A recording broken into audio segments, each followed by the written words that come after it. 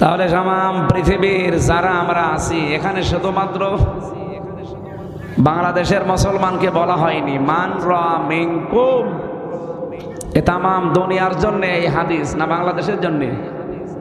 সুতরাং যে যেখানে আছেন নবীর উম্মত বলে দাবি করছেন, কেউ যদি এই অন্যায়টা দেখার পরে ঈমান রাখতে চান, ফার্স্ট ক্লাস ঈমানদার হতে চাইলে মাস্ট বি আপনাকে হাত দ্বারা, ক্ষমতা দ্বারা, পাওয়ার দ্বারা, অর্থ দ্বারা এটা বাধা দেওয়া লাগবে। এটা যেহেতু আমাদের হাতে এখন নেই, যাদের হাতে আছে তারা নিশ্চুপ হয়ে আছে। কিছু কিছু মানুষ আমরা দেখছি এর প্রতিবাদ জানাচ্ছে, বিশেষ করে ইরান, আফগানিস্তান। কালকে ডক্টর শফিকুল ইসলাম মাসুদ, জামাতি ইসলামী বাংলাদেশের সহকারী সেক্রেটারি জেনারেল, ঢাকার উত্তরার, আপনারা জানেন এই মানুষগুলো উত্তরের, উনি আহ্বান জানিয়েছে ডক্টর মোহাম্মদ ইউনুস ওনার কাছে যে আপনি ব্যবস্থা করে দেন, আমরা ফিলিস্তিনে যেতে চাই। মাত্র 80 লাখ আছে ইহুদি এই দুনিয়ায়, এরা যদি 210 কোটি মুসলমানকে মেরে শেষ করে ফেলতে পারে, তে আমাদের এমনি মরে যাওয়া ভালো। আর এমনিতেই রোগে শোকে মরা, কুকুর শিকালের মতো মরার ছাড়া শাহাদতের মরণ পাওয়া এটা পরম এবং চরম সৌভাগ্যের। ওয়ালিয়ালামাল্লাহুল্লাযীনা আমানু ওয়া ইয়াত্তাখিযা মিনকুম শুহাদা, তোমাদের ভেতরে যার ঈমান আছে আর যার কাজ কারবার আল্লাহর ভালো লাগে, তাকে আল্লাহ সাধারণভাবে মরণ দেয় না, দেয় শাহাদতের মরণ। এই জন্য এই মানুষগুলোর ভেতরে আকাঙ্ক্ষা জেগেছে, এই আকাঙ্ক্ষা আমাদের ভেতরেও থাকা দরকার। মাতা ওয়ালাম ইয়াগযু ওয়ালাম ইউহাদ্দিস বিহি নাফসাহু মাতা আলা শুবাতিন মিনান নিফাক, মুসলিম শরীফের হাদিস। নবীজি বলেন যে লোকটা মরে গেল, কিন্তু তার মনের ভেতরে যদি এই কামনা বাসনা না থাকে যে আমি জিহাদ করব, শহীদ হব, সে যেন মুনাফিক হয়ে মরে গেল। এই আকাঙ্ক্ষা যখন ওনারা পেশ করছে, আমাদের মনে হয় আফগানিস্তান সরাসরি দাঁড়িয়েছে, তাদের তার এই ক্ষমতা নেই। পারমাণবিক শক্তি যাদের হাতে আছে, তারা যদি সবাই আজ এই মাজলুম মানুষদের পক্ষে দাঁড়াতো, আকাশ বাতাস ভারী হওয়া, আপনি চিৎকার শুনেছেন গতকালকে বিকাল 3টার সময় যখন বম্বিং করছিল, এক একটা বমের সাথে 18-20 জন 30 জন আকাশে উঠতেছে। এগুলো আকাশে যায় না, আমি তো দৃশ্য দেখে মনে হচ্ছে ওরা আল্লাহর জান্নাতে উঠতেছে।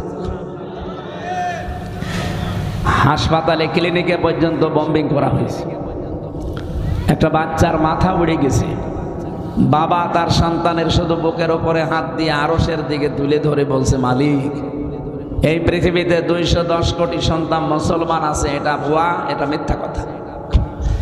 আমার বিশ্বাস তামাম দুনিয়ায় একজন মুসলমানও আর বেঁচে নেই। একটা ছোট্ট বাচ্চা কান্নাকাটি করছিল, এক সাংবাদিক লিখেছে যে বাচ্চাটা বলছে, বম্বিং আমার উপরে করেন, আমি শুনেছি জান্নাতে নাকি খাবারের কোনো অভাব নেই। এজন্য বিশ্বের মুসলমানেরা কি জবাব দেবেন বলেন তো? আপনার ঈমানই তো থাকছে না। উনি শিরিকের কথা বলছিলেন যে শিরিক করলে ঈমান আমল সব নষ্ট হয়ে যায়, আর আমাদের তো এমনি সব নষ্ট হয়ে যাচ্ছে।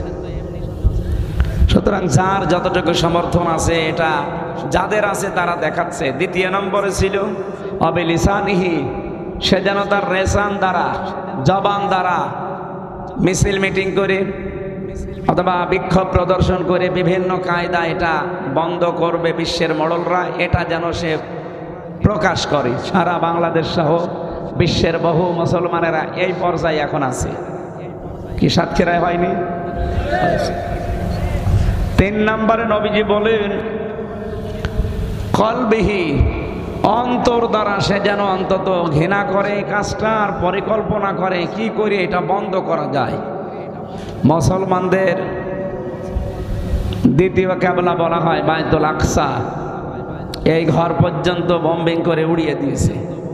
নবীজির ভবিষ্যৎবাণী আছে, এটা আবার দাঁড়িয়ে যাবে। ইমাম মাহাদি আসবে, আবার বাইতুল মুকাদ্দাস কি আল আকসা মসজিদ দাঁড়াবে ইনশাআল্লাহ।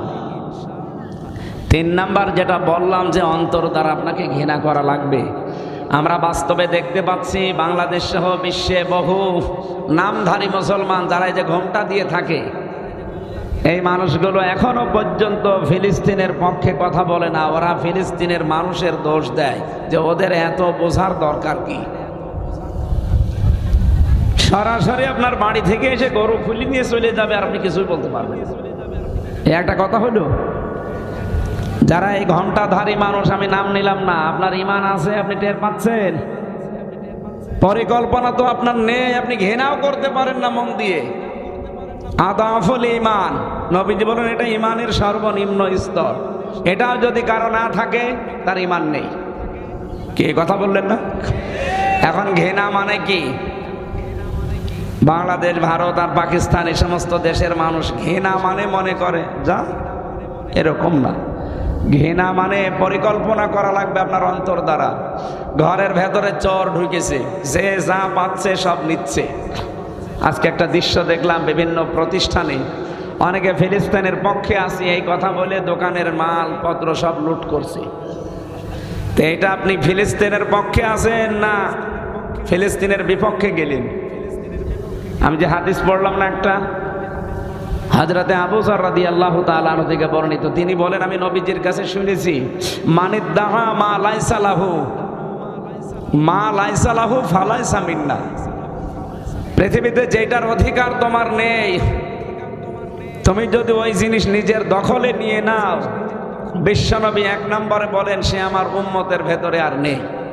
সুতরাং আজকে ফিলিস্তিনের পক্ষে আছি এই কথা বলে সারা বাংলাদেশের বিভিন্ন প্রতিষ্ঠানে যারা লুটপাট চালিয়েছেন, চুরি করেছেন, দখলদারি করেছেন, নিজেদের দখলে নিয়েছেন, আল্লাহর কসম আপনি নামাজ পড়তে পারেন, রোজা রাখতে পারেন, হজ করতে পারেন, মুসলমান নাম নিতে পারেন, আপনি আর মুসলমান নেই। আমার কথার অর্থ বোঝেন? এই কাজটা করে কারা দুর্বিসন্ধি করছে এ দেশটাকেও ফিলিস্তিন বানানোর জন্যে। কারণ যারা দায়িত্বে আছে বিশ্বের, এরা কি মানুষ নাকি? ট্রাম্পের মতো একটা মাতাল পৃথিবী চালাচ্ছে। 236 বছর চলছে। তাম দুনিয়ার মানুষকে যারা সবক দেয়, আমি চলে যাচ্ছি, আপনি একটু দোয়াবেন, বুঝি সমস্যা আবার আপনি মারা গেছেন সমস্যা এগুলো এর আগে আটকান না কেন? আটকা দিতে না ঠিক আছে, মাথায় তার কাটা আছে। সম্মানিত ভাইরা, আমরা কথা বলছিলাম 236 বছর চলছে গণতন্ত্রের সবক তাম দুনিয়ার মানুষকে যারা দেয় আমেরিকা। আপনি তাকান, এরা আজ পর্যন্ত নারী পুরুষের সমান অধিকারের কথা বললেও 236 বছর পার হয়ে গেল। এই ট্রাম্প এখন 47তম প্রেসিডেন্ট। কত বলেন? 5 বছর করে হিসাব করেন, 236 বছর ওদের চলছে। অথচ আজ পর্যন্ত ওরা কোনোদিন কোনো মহিলার হাতে নেতৃত্ব দেয়নি। অথচ তাম দুনিয়ায় ওরা মানুষকে জানায় নারী পুরুষের সমান অধিকার দেওয়া লাগবে, গণতন্ত্র প্রতিষ্ঠা করা লাগবে। এইটার নাম গণতন্ত্র? আমাদের সবক দিয়ে দিয়ে আমাদের দেশটাকেই ধ্বংস করে দিয়েছে। আমরা এই 54 বছরে দায়িত্ব পালন করেছি বাংলাদেশের, পুরুষ মানুষ বেশি না মহিলা বলেন? নবীজি বলেন লা ইউফলিহা কওমুন আল্লাহু আমরাহুম ইমরাতুন। এখানে ইমরাতুন আছে, সাকিন আছে, তাও 2টা পেশ, 2 পেশ দেওয়া আছে। আমি চিন্তা করলাম ইমরাতুন কেন? নবীজি বলেন কখনো ওই জাতি সফল হতে পারে না যে জাতির দায়িত্বে আছে কোনো মহিলা। এই হাদিসটা তারা আর কোরআন হাদিস বিশ্বাস করে না, কিন্তু মেনে চলছে। এই জন্য তারা দুনিয়ার ময়দানে যেভাবে হোক দাঁড়িয়ে গেছে। আর আমাদেরকে সবক দিয়া 54 বছরে আমরা আরো পেছনে পড়ে আছি। আগামী থেকে আমরা চাই এদেশের দায়িত্বে যারা আসবে কোনো মহিলা যেন না আসে, আসা লাগবে পুরুষ। আমি নরম ভাষায় বললে কত দূর যাচ্ছে আপনি চিন্তা করেছেন? আল্লাহু আমরাহুম ইমরাতুন, কোনো একজন মহিলাও যেন না আসে। যেখানেই হোক দায়িত্বে থাকবে কারা বলেন? ওরা ডোনাল্ড ট্রাম্পের মতো একটা বিশ্ব মাতালকে দায়িত্ব দিল, কিন্তু কমলা হ্যারিসের মতো একটা শিক্ষিতা মেয়েকে দায়িত্ব দেয়। ওরা জাতে মাতাল হলো তাহলে ঠিক আছে, আর আমরা জাতেও মাতাল তাহলেও মাতাল। আগামী থেকে ভুল আর করা যাবে? যতই সেজে গুজে আসুক, যতই বাহানা নিয়ে আসুক না, আমরা দায়িত্ব দেব এবার মুসলমানদেরকে এবং পুরুষ মানুষকে। এটা হামজার কথা না নবীর কথা? বলেন বলেন। শুধু নবীর কথা না, আল্লাহর কথা। আর রিজালু কাওয়ামুনা আলান নিসা, পৃথিবীতে দায়িত্বে থাকবে পুরুষেরা, মেয়েরা হবে তাদের আজ্ঞাবহ। এখন পুরাটা উল্টিয়ে গেছে। এই করে করেই তো আমাদের দেশটা 54 বছরে পেছিয়ে গেল। নয়তো যদি একেবারে সর্বপ্রথম পুরুষ মানুষ এবং আল্লাহওয়ালা এই দুইটা গণান্বিত মানুষদেরকে আমরা দায়িত্ব দিতে পারতাম, বাংলাদেশ আরো আগে দাঁড়িয়ে যেত। মালয়েশিয়া কয়েকদিন আগে আমি ছিলাম, ওরা 2004 সাল থেকে দাঁড়িয়ে গেছে।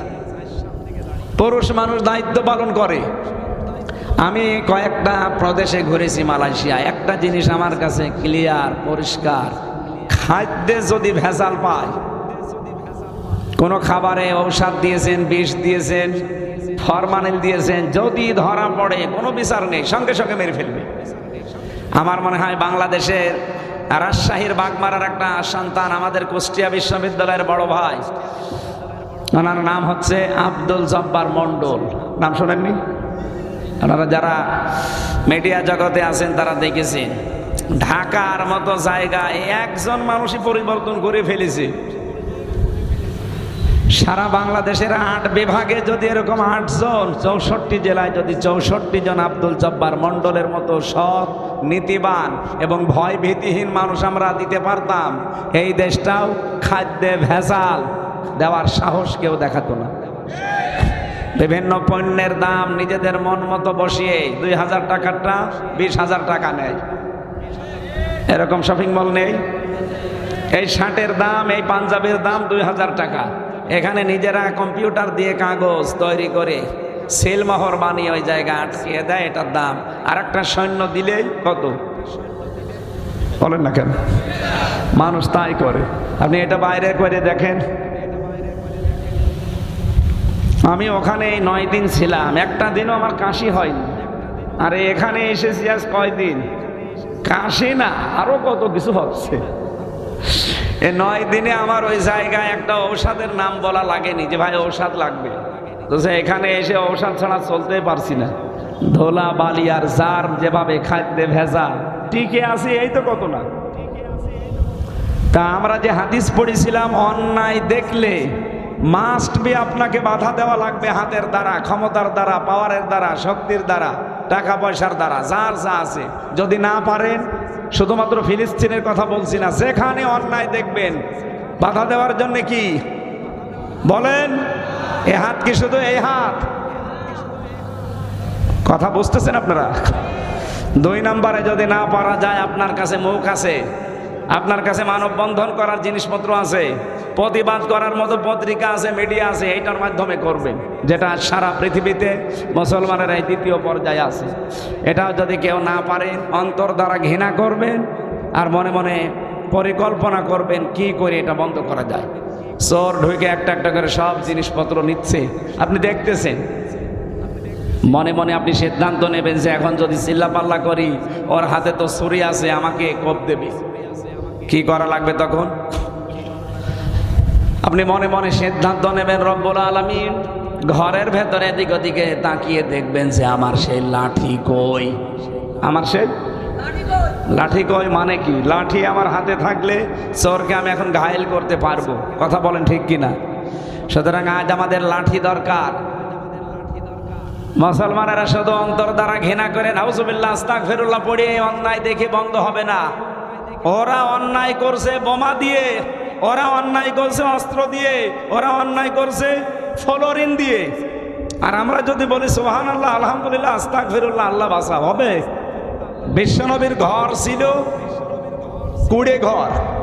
নবীজির খেজুর পাতার পাটি দিয়ে ঘর ছাওয়া ছিল, খেজুরের পাতা দিয়ে। কিন্তু তার বাড়ির সামনে অল টাইম 9টা ঘোড়া বাঁধা থাকে। কয়টা? আপনি কি বুঝলেন এখান থেকে? তার বাড়িতে বর্ম ছিল যুদ্ধের, হেলমেট ছিল লোহার, তার হাতে ছিল তরবারি যার নাম জুলফিকার। আপনি চিন্তা করতে পারেন, বাড়ি হচ্ছে খড়ের খেজুর পাতা, আর বাড়ির সামনে 9টা ঘোড়া বাঁধা আছে। সব সময় হাতে তার লাঠি ছিল, এক হাতে তরবারি আর এক হাতে লাঠি। আজ বিশ্বের 257টা দেশের 57টা দেশের মুসলমান, এই মানুষগুলো যদি 200 কোটির উপরে, এখন আমরা আমাদের হাতে যদি আজ লাঠি থাকতো, ফিলিস্তিনের অত্যাচার গতকালকে 3টায় বন্ধ হয়ে যেত। আমাদের হাতে তো লাঠি নেই, আমাদের হাতে আছে কি? আস্তাগফিরুল্লাহ, নাউযুবিল্লাহ। আর কান্নাকাটি ছাড়া কিছুই করতে পারছি না। পরিকল্পনা করা দরকার বিশ্বের যারা বড় বড় মুসলমানদের ভেতরে সম্পদওয়ালা আছেন, শক্তিধর আছেন, এই মুহূর্তে ঈমান বাঁচাতে চাইলে এগিয়ে আসেন, নয়তো আপনিও বেঈমান হয়ে মরবেন। আমার কথার অর্থ বোঝা গেছে না? হাদিস পড়েছিলাম না, কোনো মানুষ যদি কোনো জিনিসের দায়িত্বে নেই, কিন্তু যদি মনে করে না এটা আমার, দখল করে নেয়, সে 1 নম্বরে শাস্তি পাবে কি? ফালাইসা মিন্না, সে নবীর উম্মত থেকে বের হয়ে যাবে। আগস্টের 5 তারিখের পর থেকে বাংলাদেশে বহু মানুষ বহু কিছু দখল করেছে যেটা তার নিজের না। না, সাতক্ষীরায় আরম্ভ হয়নি, অনেকেই শুরু করেছিল। বাবা শাহজালাল মদের কাছে সব হালাল, যেখানে যা পায় সব দখল করে। মরাজোর বাবা ঘাট, হাট, আর বাকিটা যে বর্ডার পর্যন্ত, বন্দর পর্যন্ত দখল করে নিয়েছে। এই যে যার যেখানে যা পেয়েছেন দখল করলেন, চিন্তা করতে পারেননি যে এখনই যদি মারা যায় আমি আর নবীর উম্মতের ভেতরে নেই। বলেন, নবীর উম্মতের বাইরে গেলে হয় আপনি ইহুদি, নাই খ্রিস্টান, নাই মুশরিক, নাই বৌদ্ধ, এরকম 4500 জাতি আছে। যে কোনো জাতি হিসাবে আপনার মরণ হবে, আপনি মুসলমান হয়ে নবীর উম্মত হয়ে মরতে পারবেন না। 2 নাম্বারটা আরো কঠিন। ওয়ালিয়াতাবাওয়া মাকআদাহু মিনান নার, বিশ্ব নবী বলেন সে যেন তার নিজের জায়গা জাহান্নাম বানিয়ে নেয়। হাদিসটা কি ছিল? মানিদ্দাআ মা লাইসা লাহু, যে ব্যক্তি কোনো জিনিসের অধিকার নিতে চায় অথচ সেইটা তার অধিকারে আসার কথা না, জোর করে জবরদস্তি করে দখল করে নিজের আয়ত্তে রাখে।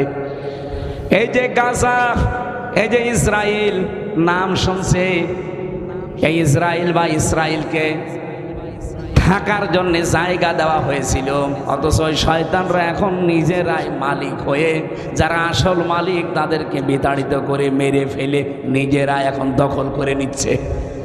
গতকাল বিকাল 3টায় পৃথিবীর এই নিকৃষ্ট মানুষের নাম বললাম না 6 জন, তার ভেতরে নেতানিয়াহু একজন আছে।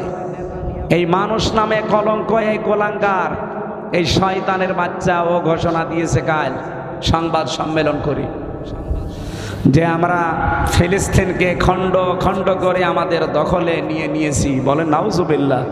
ফিলিস্তিনকে আপনার বাবার নাকি? আপনার তো বলা ঠিক না, ওরে তোর বলা তো মানের যোগ্য। পৃথিবীর নিকৃষ্ট মানুষের তালিকায় এখন মনে হয় ওর নাম 1 নম্বরে আছে।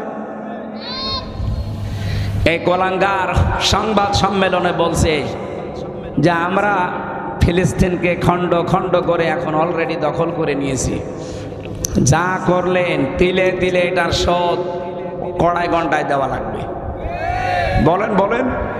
আমি একটা নতুন তথ্য বলছি আজকে, আপনারা জানেন কিনা আমি জানি না।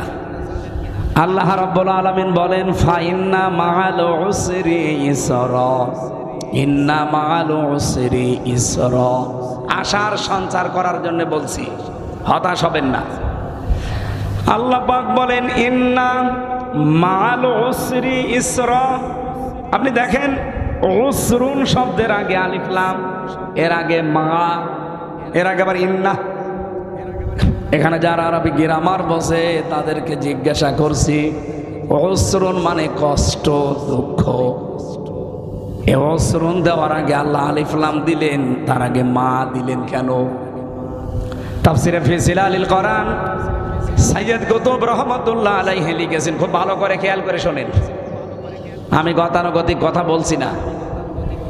রব্বুল আলামিন এখানে জানাতে চেয়েছেন, পৃথিবীর মানুষেরা কেউ যদি দুনিয়াতে 3টা কারণে একটা কষ্ট সহ্য করো, কয়টা? আপনার কারণ থাকা লাগবে 3টা। কষ্ট কয়টা? বলেন বলেন। এই জন্য কষ্ট এ বলার আগে আল্লাহ মারেফা করে দিলেন, নির্দিষ্ট করে দিলেন যে একটা। আপনি যদি একটা কষ্ট দুনিয়ায় ভোগ করেন, ইসর এটা আবার নাকেরা অনির্দিষ্ট, এর আগে আলিফ লাম দেয়নি।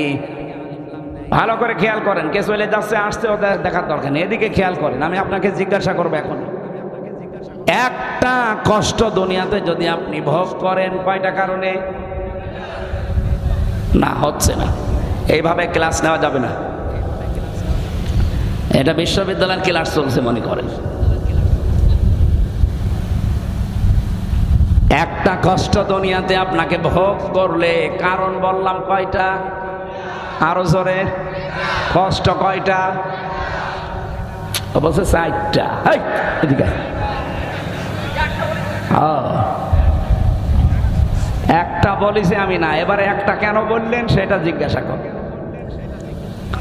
আরো একটি ভয়ে শোনা লাগবে। কোন দিকে তাকিয়ে আছেন? এদিকে তাকান। হ্যাঁ সেলাই বসুন।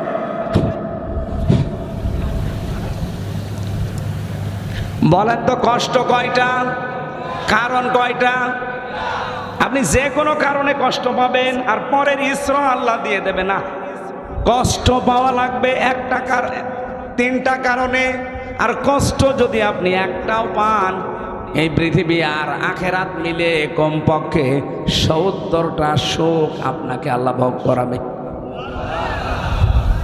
না। এখনো সুবহানাল্লাহ বলার সময় হয়নি, শেষ করি আগে। আল্লাহ কিন্তু রিপিট করেছেন আয়াতটা 2 বার, সূরা আলাম নাসরর 5 এবং 6 নাম্বার আয়াত। একবার বলে দিলে তো অর্থ হয়ে যেত, দ্বিতীয়বার আবার বললেন কেন? আমি একটা 2টা না, বহু তাফসীর মিলিয়েছি। সবচাইতে বেশি আমার কাছে বোঝার মতো মনে হয়েছে ফি জিলালিল কোরআন থেকে সাইয়্যিদ কুতুব।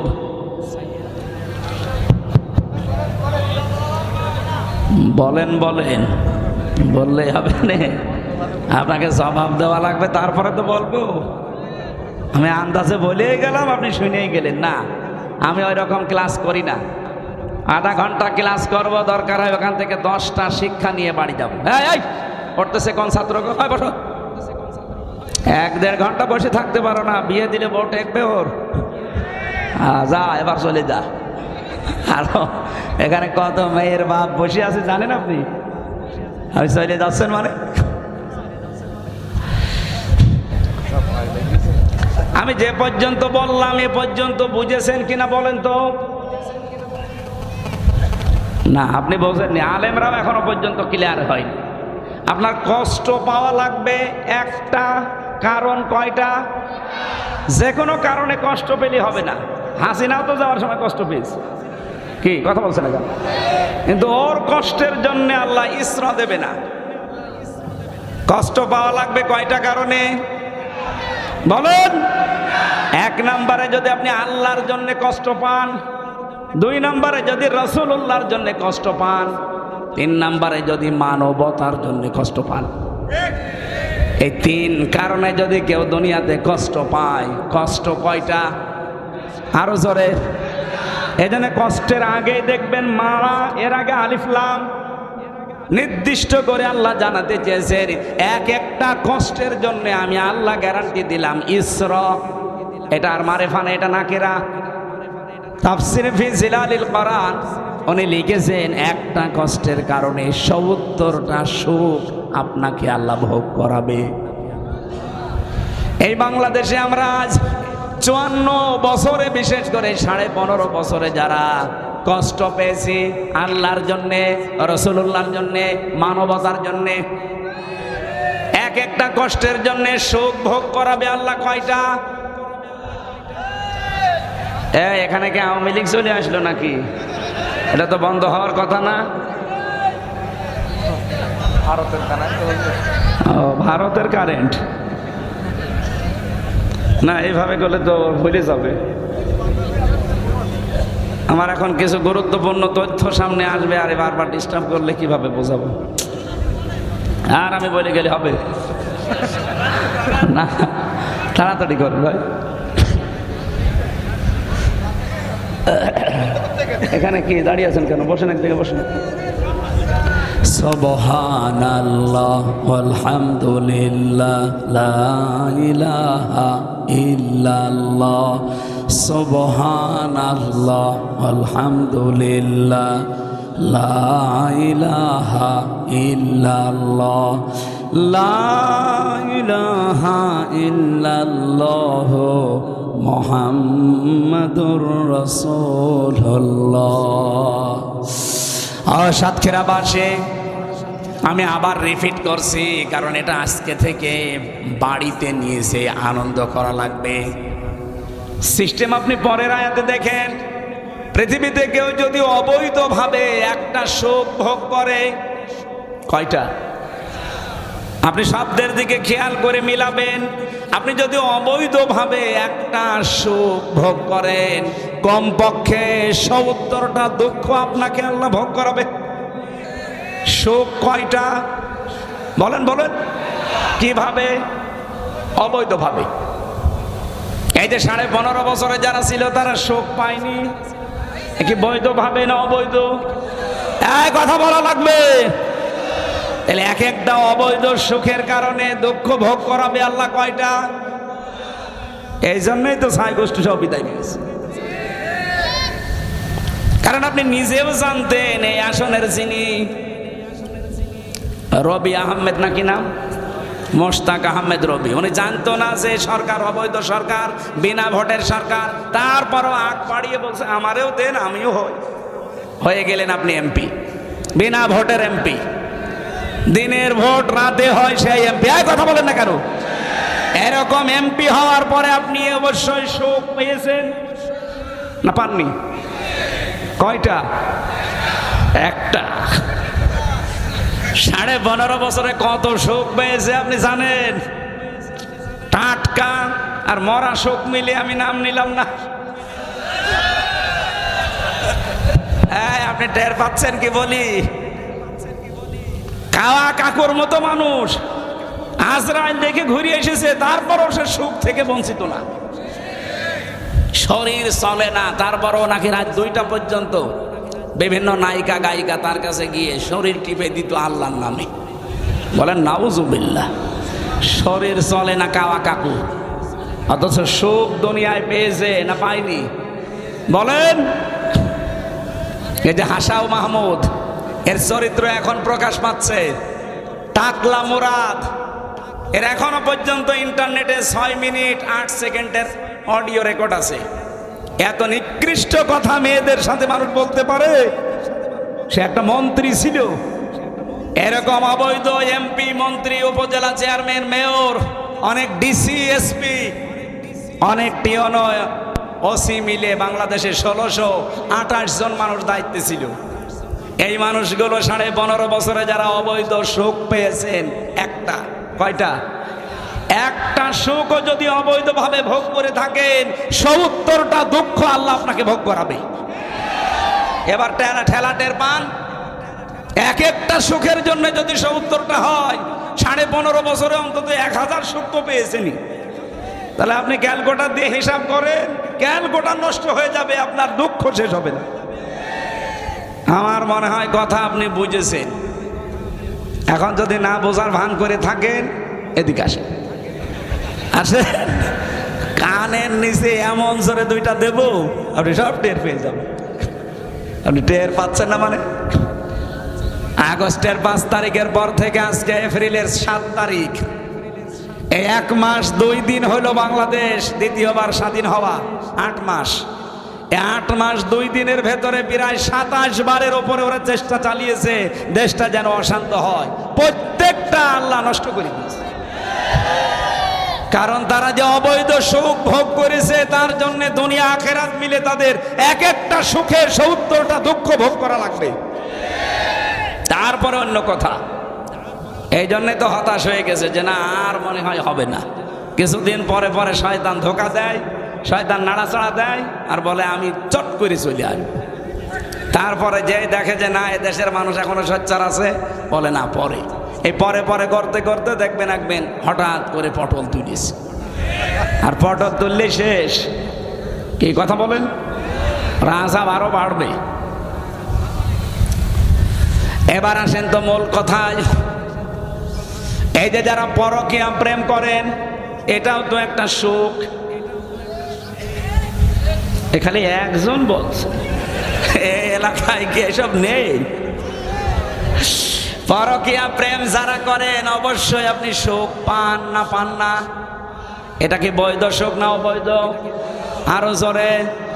এরকম অবৈধ সুখ যারা পাচ্ছেন আপনি লিখে নেন কোরআনের কথা, অবশ্যই আপনাকে ৭০টা দুঃখ ভোগ করা লাগবে।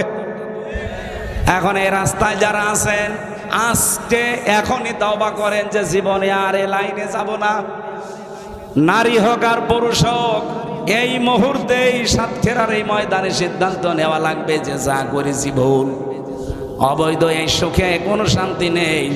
সাময়িক একটা অবৈধ সুখ ভোগ করলে দুঃখ পোয়ানো লাগবে দুনিয়া মিলে আখিরাত মিলে কয়টা? আরো জোরে।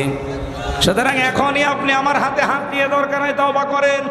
পরকীয়া প্রেমে যারা আছি এখনই আমি তওবা করে ওদের নাম্বার ডিলিট করে দেব।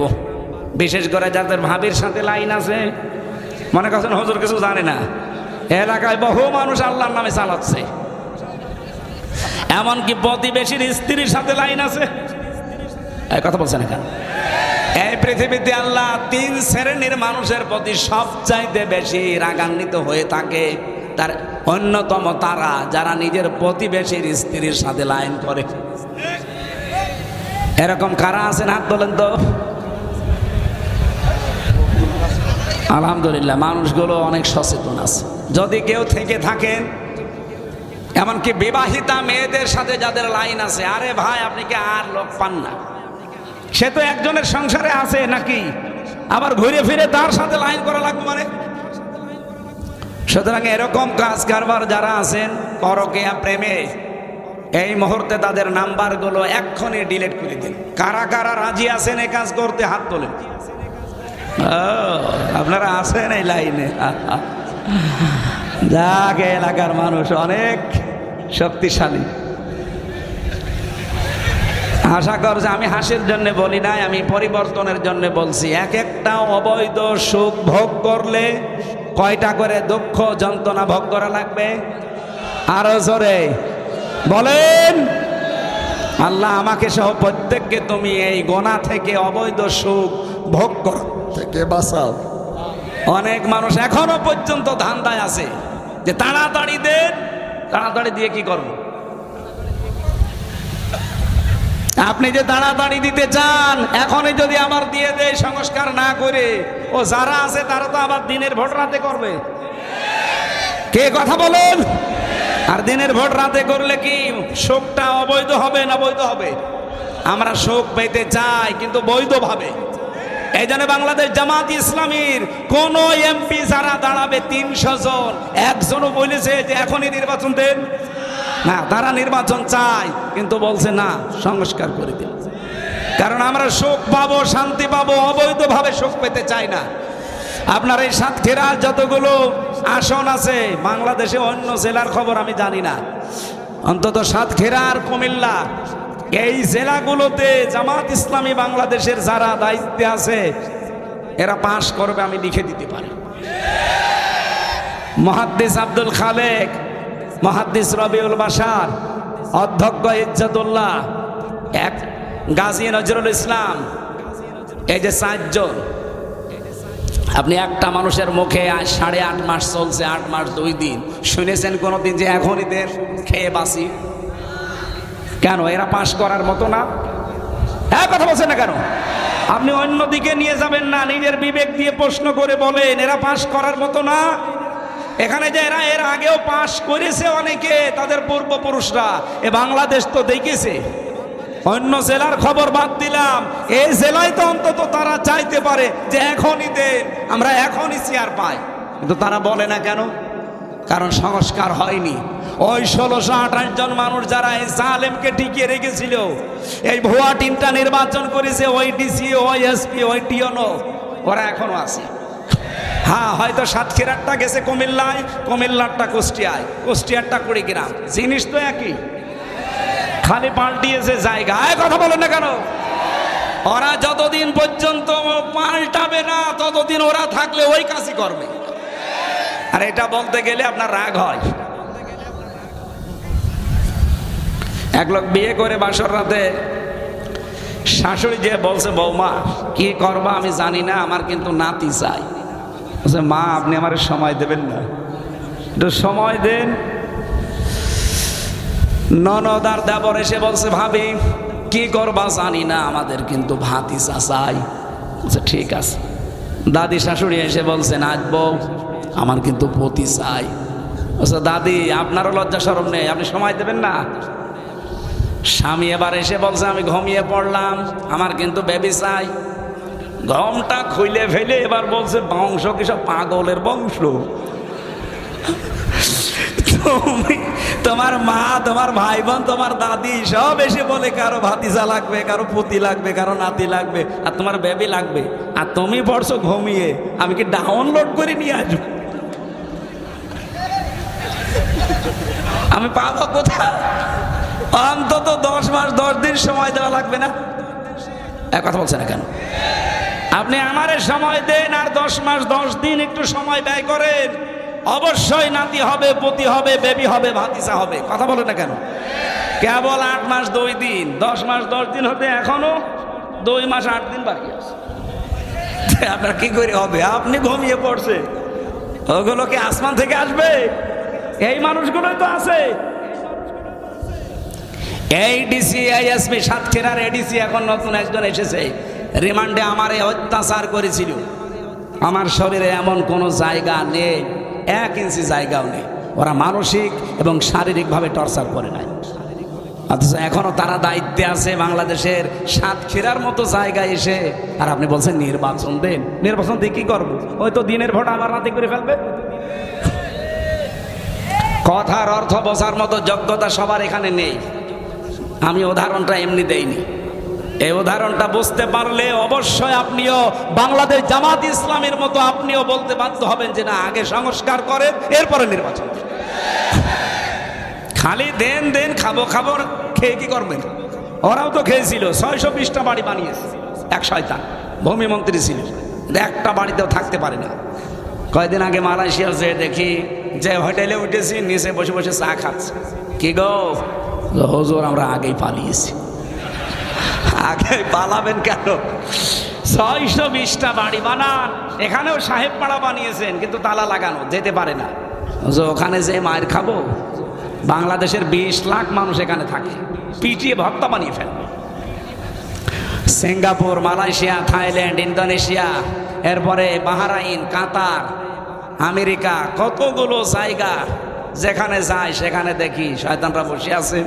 নিজেদের বানানো ফ্ল্যাটে বাড়িতে থাকে না, থাকে হোটেলে চুরি করে। নামে তা ওই 2-3 মাস পরে পরে একবার নামে একটু চা খাওয়ার জন্য, আর দেখা হয়ে যায়। আমারে বলছো, হুজুর বাংলাদেশে কাউকে কিছু বলবেন না। বলবো না মানে? শয়তানি করে টাকা পয়সাগুলো সব পাচার করলে, এই টাকা পয়সাগুলো দেশে থাকলে 36 লাখ যুবক এখন বেকার। এই মানুষগুলোর কর্মসংস্থান তৈরি হতো, এরা বাইরের দেশে গিয়েও বৈষম্যের শিকার হচ্ছে। মালয়েশিয়া যে দোকানে আমি এই যে জামাটা সেলাই করতে গিয়েছিলাম, ওনারে বললাম যে ভাই বাড়ি কোথায়? বলছে যশোরে। যশোর কোন দেশে? এই পাশের জেলা। ওর বাড়ি যশোর অভয়নগর। 5 জন কাজ করছে দোকানে, পাশে যে আছে তার বাড়ি পাকিস্তানে, ওই পাশে 2 জন বসে আছে সেলাই করছে, ওর বাড়ি ইন্ডিয়াতে, তামিলনাড়ু, আর একজন আছে থাইল্যান্ডে। বললাম যে 5 জন আপনারা কাজ করেন, কার কেমন কি খরচ বলেন তো? প্রত্যেকের প্রতি মাসে 80,000 থেকে 1 লাখ টাকা উপায়। কত? মনে করেন 80,000 টাকা উপায় প্রতি মাসে মাসে বাংলাদেশের টাকায়। অথচ ওখানে বৈষম্য দেখেন। বাংলাদেশের যশোরের অভয়নগরের যে ভাইটা গেছে, ওই ভাইয়ের খরচ হয়েছে 6.5 লাখ টাকা। ইন্ডিয়া থেকে যেই 2 জন এসেছে, মাত্র খরচ তাদের 2,20,000 টাকা। ভারত থেকে কি পাকিস্তান থেকে যেই ভাই এসেছে, ওর মাত্র খরচ 1,20,000 টাকা। থাইল্যান্ড থেকে এসেছে যেই লোক, তার মাত্র খরচ 30,000 টাকা। বলেন আপনি এখন খরচ তো 5 জনের মিলে দেখলেন না কার কেমন আকাশ পাতাল? কারো 6.5 লাখ, কারো 2,20,000, কারো 1,20,000, কারো 30,000। অথচ সবার উপায় কি? 80,000। সবার উপায় আমি বললাম এত বৈষম্য এই টাকাগুলো, বলছে এই টাকাগুলো সালমান এফ রহমান ওই দরবেশ আর হাসিনার ছোট বোন রেহেনা আর একজন এমপির নাম বলল নুরি আলম, এই তিনজন মিলে এই টাকাগুলো নেয়। বাংলাদেশ থেকে বিশ্বের বিভিন্ন দেশে যারাই যায় 2 লাখ খরচ হয় আর 6 লাখ ওরা মেরে খায়। এই টাকাগুলো নিয়ে কেউ বেগম পাড়া বানিয়েছে, কেউ সাহেব পাড়া বানিয়েছে। তোরা টাকা মেরে খাবি খা, টাকাগুলো বাইরে পাচার করলি কেন? এই দেশে যদি কর্মসংস্থান বানিয়ে দিতিস, এই যে 36 লাখ যুবক বেকার হয়ে পড়ে আছে, বিশ্বের বিভিন্ন দেশে তারা যে পায়খানা সাফ করে, রাস্তা ঝাড়ু দেয়, রুটি বানায়, আমি নিজে দেখেছি, পানি টেনে দিচ্ছে। এই মানুষগুলো বাইরে যে এই কাজগুলো করে, তাও 2 ঘন্টা 5 ঘন্টা না, 12 ঘন্টা ডিউটি, রুটি বানাচ্ছে 12 ঘন্টা একাধারে। কেন? আপনি এই বাংলাদেশে কত জায়গা পড়ে আছে, আজ চীন, আজ তুরস্ক, এমনকি আমেরিকা, বিভিন্ন দেশ থেকে রাশিয়া, এরা এসে এখানে মানুষের কর্মসংস্থান তৈরি করার জন্য, তাদের ব্যবসার জন্য এগুলো খুলতেছে। আমার নিজের দেশের টাকা দিয়ে যদি খুলতে পারতাম, এ দেশটা মালয়েশিয়ার মতো অনেক আগে দাঁড়িয়ে যেত। আমি কি বেশি বলে ফেলেছি? একটাও বেশি হয়নি, যা বলেছি সব পড়িয়ে দেখে এই চোখ দিয়ে দেখা। এই জন্য আমরা বারবার বলছি, আগামীতে যারা আসবে হাও খাও বন্ধ করেন। খালি খাবো খাবো করেন কেন? কি করবেন খেয়ে? ওরা যদি এই খাও খাও বন্ধ করে নিজেরা এই কাজ কারবার গুলো দেশে করতো, ওদেরকে মরণের আগে কেউ নামাতে পারত না। সব জায়গায় বৈষম্য তৈরি করে রেখেছিল। আল্লাহ রাব্বুল আলামিনের যে আয়াত আমরা পড়েছি, সূরা দোহার 7 নম্বর আয়াত, আমি তাফসীর আকারে কথা বলবো এখান থেকে, আপনারা বিরক্ত হয়ে যাচ্ছেন না তো?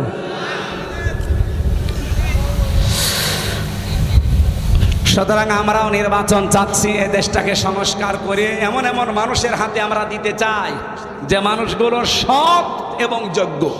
সৎ বলেন, শুধু সৎ দেখলে হবে না, লোকটাকে যোগ্য হওয়া লাগবে। আমি ওপেন বলছি, বাংলাদেশ জামাত ইসলামীতে আমি যোগ দিয়েছি, আমি করি এই কারণ আমি দেখি এই দেশ চালানোর মতো সৎ এবং যোগ্যতা সম্পন্ন সব সেক্টরে তাদের মানুষ আছে। আপনি এর চাইতে উন্নত কোন দল সব সেক্টরে কাজ করতে পারে, যোগ্যতা সম্পন্ন, আপনি দেখান, আমি এক্ষুনি চলে যাব। কথা বলেন না কেন? আমি পাইনি, এই জন্য আমি যাইনি। আমি যা পেয়েছি দেখে শুনে বুঝে, আমি তো আর আপনার মতো আন্দাজে হাঁ করে চলতে পারি না। আমি কোরআনের ওপরে অনার্স মাস্টার্স করেছি কি হাওয়া খেয়ে। আমি বুঝতেছি না যে কোরআন কি বলে, ওয়াদাল্লাহুল্লাযীনা আমানু মিনকুম ওয়া আমিলুস সালিহাত লা ইস্তাখলিফান্নাহুম ফিল আরদ কামা ইস্তাখলাফাল্লাযীনা মিন ক্বাবলিহিম। সূরা নূরের 55 নম্বর আয়াত। আল্লাহ তাআলা বলেন, আল্লাহ ওয়াদা করছেন তোমাদের ভেতরে যারা ঈমান আনবে আর আমলে সালেহ করবে। সালেহ মানে কি? এখানে সালের ব্যাখ্যা হয়তো অনেকে নেক বলবে, না, সালেহ মানে যোগ্য। শুধু নেক না, আপনাকে ঈমান আনার পরে যোগ্যতা সম্পন্ন হওয়া লাগবে। এই বাংলাদেশে এটা আমি সবচাইতে বেশি পেয়েছি জামাত, শিবির আর ছাত্রী সংস্থার ভেতর। আপনি এখন চ্যালেঞ্জ দেন। অনেক মানুষ রাজনীতি করে আখের গোছানোর জন্য, খালি খাবো খাবো এই ধান্দায়। কিন্তু এই যাদের নাম বললাম, এদের ভেতরে যদি এই চরিত্র পান, আপনি একটা দেখান, আমি এক্ষুনি তওবা করে চলে আসবো। আপনি রাগ না করে নিজের বাস্তবতায় মিলান। আপনাদের তো সাতক্ষীরার নিজে পরিচিত মাওলানা ইয়াসার রিয়াসাত আলী, আশা শুনি না, আমি নিজে গিয়েছিলাম। তার এক নাতি আমার সাথে পড়তো, এই যে আশরাফ ভাই, আমি সে মুয়াজ্জিম সাহেব, মুয়াজ্জিম, তার বাড়ি পর্যন্ত আমার মনে হয় এখনো মাটির বাড়ি আর টিনের বাড়ি। সে একজন এমপি, আর বাংলাদেশে এমপি পায় আমরা 620টা বাড়ি। আরে শয়তান, তোর বাড়ি লাগে কয়টা? হ্যাঁ, আমার একটা বাড়ি থেকে বাবার বাড়ি কুষ্টিয়া হালসা, নিজের বাড়ি কুষ্টিয়া শহরে। এই আমার চিন্তা হয় যে আমার তো ছেলে নেই, আমার 3টা মেয়ে, যা করবো কামাই সব খাবে জামাই, ও সাথে আমি কামাই করে করবো কি? তাই আমার ভয় হয়। আর ওই শয়তানদের, তাও তো আমার 3টা ছেলে আছে, জামাই তো অন্তত খাবে, আর ওদের ছেলে নেই, মেয়ে নেই, বাড়ি আছে 620টা, ওর খাবে কে? ওর চোখ বন্ধ হয়ে গেলে ওগুলো কুকুর শিকালে খাবে। কথা বলে না কেন? আমার ভাইরা, এই জন্য সৎ এবং যোগ্য যারা, আবার খেয়াল করেন, ঈমান থাকা লাগবে এবং সৎ যোগ্য হওয়া লাগবে, তাহলে আল্লাহর ওয়াদা জমিনের শাসন ক্ষমতা আল্লাহ তাদেরকে দেবে। আল্লাহ এতটুকু শেষ করেননি, আল্লাহ বলেন কামাস্তাখলাফাল্লাযীনা মিন ক্বাবলিহিম লামে তাকিদ নুনে সাকিলা, গ্যারান্টি দিচ্ছি তোমাদের আগে যারা এই দুইটা গুণ ছিল তাদেরকে আমি জমিনের শাসন ক্ষমতা দিয়েছিলাম। আল্লাহর ওয়াদা মিথ্যা হবে? আমরা যেহেতু দেখতে পাচ্ছি সামনে পরিবেশ তৈরি হচ্ছে, মাত্র 15 জন মানুষ চাইতো এই দেশে ইসলাম কায়েম হোক আগস্টের 5 তারিখের আগে, আর এখন এই যে এপ্রিলের 1 তারিখে জরিপ বের হয়েছিল আন্তর্জাতিকভাবে, বাংলাদেশে এখন 100 জনের 66 জন মানুষ বলছে আমরা ইসলাম চাই। অথচ 8 মাস আগে মাত্র 100 জনের 15 জন বলতো যে আমরা ইসলাম চাই। কয়জন বলেন বলেন? তার ভেতরে আশরাফ সাহেব একজন, মনে করেন হামজা একজন, এরকম মাত্র 100 জনের 15 জন। আর 8 মাসের ব্যবধানে এখন 100 জনের 66 জন মানুষ চাচ্ছে যে দেশে ইসলাম কায়েম হোক, হিন্দু পর্যন্ত। এই গোবিন্দ পরামানিক এ কি মুসলমান না হিন্দু? এ কয়েকদিন আগে স্ট্যাটাস দিয়েছে, সংবাদ সম্মেলন করে বলিস, এমনকি লাইভ করে বলছে যে বাংলাদেশে যদি ইসলাম আসে আমরা অন্য জাতির লোকেরা সব চাইতে নিরাপদে থাকতে পারি। সুতরাং সুযোগ কিন্তু আসতেছে। মা ওয়াদ্দাআকা রব্বুকা ওয়া মা ক্বালা, কোনো আফসোস নেই, কোনো চিন্তা নেই, কোনো টেনশন নেই। আল্লাহ আমাদের ছেড়েও দেয়নি, আমাদের ত্যাগও করেনি, এমনকি আমাদের উপর আল্লাহ অসন্তুষ্ট না। পরীক্ষা তো আল্লাহ নেবেই। বিশ্ব নবীকে তাই 40 দিন পরীক্ষা নিয়েছিলেন। এই আয়াতটা নাজিল করার আগে ওহী বন্ধ ছিল কতদিন? 40 দিন।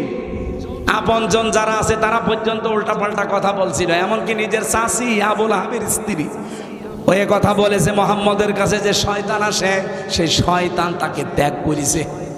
বলেন নাউজুবিল্লাহ।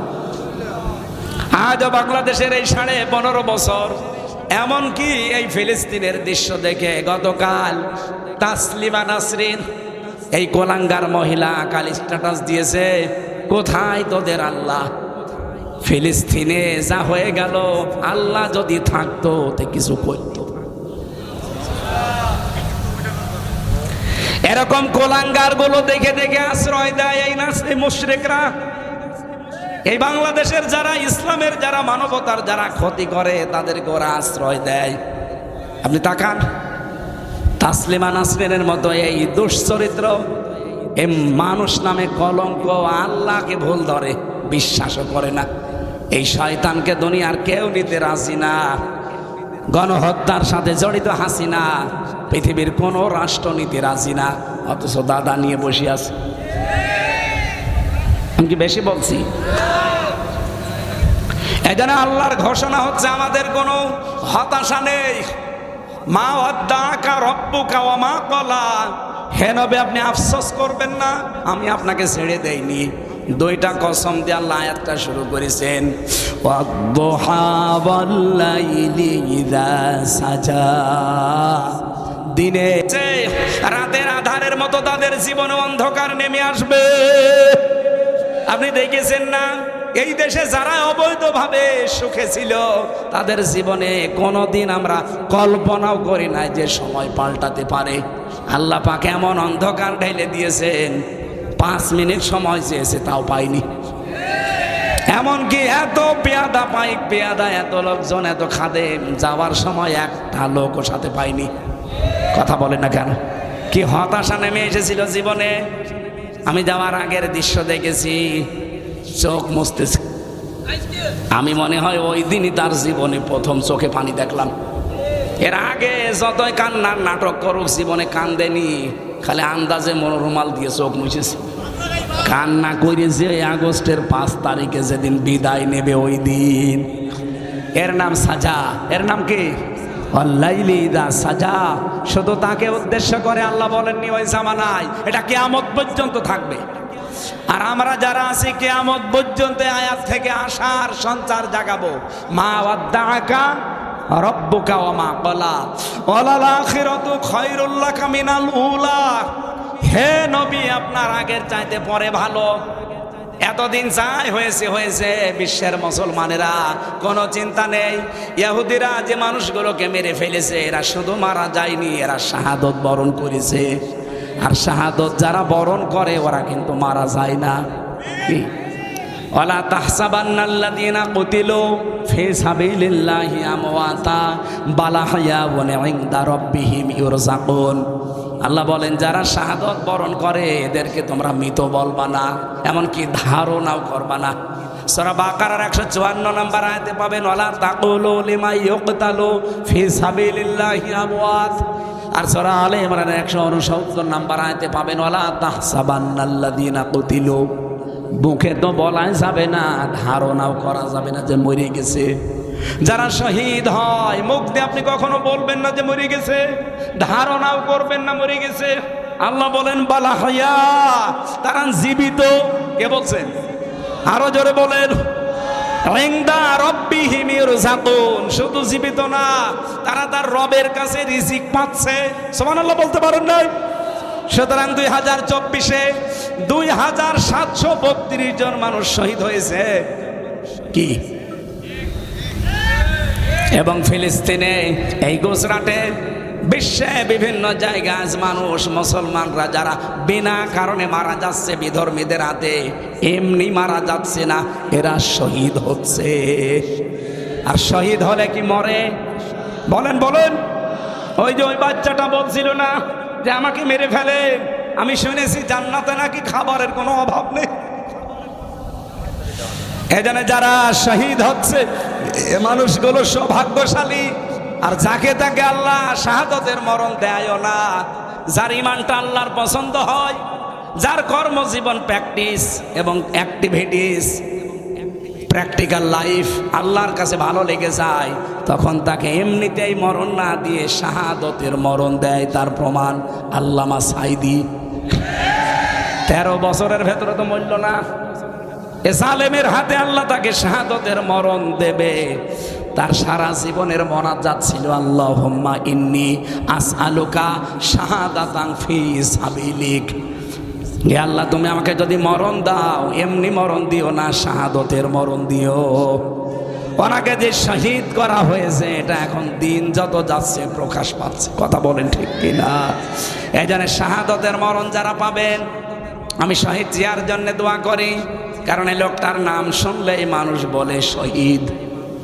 কি আপনি দেখেন তো, বঙ্গবন্ধু শেখ মুজিবুর রহমান, ওনাকে মানুষ মেরে ফেলেছে। শহীদ জিয়াউর রহমান, ওনাকেও মানুষ মেরে ফেলেছে। একজনের নাম শুনলে মানুষ বলে শহীদ, আর একজনের নাম শুনলে কোনোদিন শহীদ শুনেছেন? কোনোদিন কোনো মানুষ কি বলে যে শহীদ বঙ্গবন্ধু? না, আমি শুনিনি। কিন্তু শহীদ জিয়া, একথা আমি নিজে কাবা শরীফের ইমাম। আমি 16 সালে হজে গিয়ে দেখেছিলাম, পাশে ওই যে আরাফাতের ময়দানের পাশে যে মসজিদের নামিরা অনেক খুতবা দিচ্ছিলেন ওই মসজিদে। ওই সময় শহীদ জিয়াউর রহমানের নাম ধরে দোয়া করে ডাক দিয়ে আরবিতে বলছিলেন, রব্বুল আলামিন শহীদ জিয়াউর রহমানকে জান্নাতের সুউচ্চ মাকাম দান করো, তার আরশের নিচে তাকে তুমি ছায়া দাও। চিন্তা করলাম এই কথা বললো কেন? পরবর্তীতেই দেখি উনি কয়েকটা জিনিসের নাম একটা একটা করে বলছিলেন। শাজারাতুজ জিয়া, নিম গাছ। আমরা বলি নিম গাছ, ওই দেশে বলে শাজারাতুজ জিয়া, জিয়া গাছ। বাংলাদেশ থেকে হাজার হাজার নিম গাছ তিনি প্লেনে করে নিয়ে ওখানে লাগিয়ে দিয়েছিলেন আরাফাতের ময়দানে। লক্ষ লক্ষ হাজিরা ওখানে যায়, ওই ছায়ায় আশ্রয় নেয়। আমি নিজেও ছিলাম। অটোমেটিক মুখ দিয়ে দোয়া চলে আসে, এই ছায়াটা যিনি দিল আল্লাহ তুমি তাকেও ছায়া দিও, বলেন আমিন। শহীদ জিয়াউর রহমানের জন্য আমি দোয়া করি। কিন্তু তার নাম নিয়ে, তার আদর্শের নাম নিয়ে আজ যারা লুটপাট করে চাঁদাবাজি করে খাবেন, এটা আপনাদের নিজের ওপরে বর্তাবে। বলুন, একটা মাজলুম সংগঠন তারা। এই 15.5 বছরে তারা অনেক অত্যাচার, জুলুম, নির্যাতনের শিকার হয়েছে। কিন্তু কিছু মানুষের কারণে আজ তারা কালার হয়ে যাচ্ছে। কিশোরগঞ্জের এই ফজু পাগলা কি, আর ওদিকে চাঁপাই নবাবগঞ্জের স্বামী স্ত্রী বানিয়েছে কোন মিস্ত্রি আল্লাহ জানে এদের। আমার মনে হয় এদেরকে ধরে এখন পাবনায় পাঠানো দরকার। কয়েকদিন আগে আমার পাবনায় অনুষ্ঠান ছিল, গিয়েছিলাম এই পাগলা গারাত দেখতে। যে দেখি পাগল কমে গেছে। ভালো হয়ে গেলে তাদেরকে পাঠিয়ে দেয়। যেখানে অনেক প্রায় 700, 750, 800 পাগল থাকে, 100, 150, 200 পাগল আছে।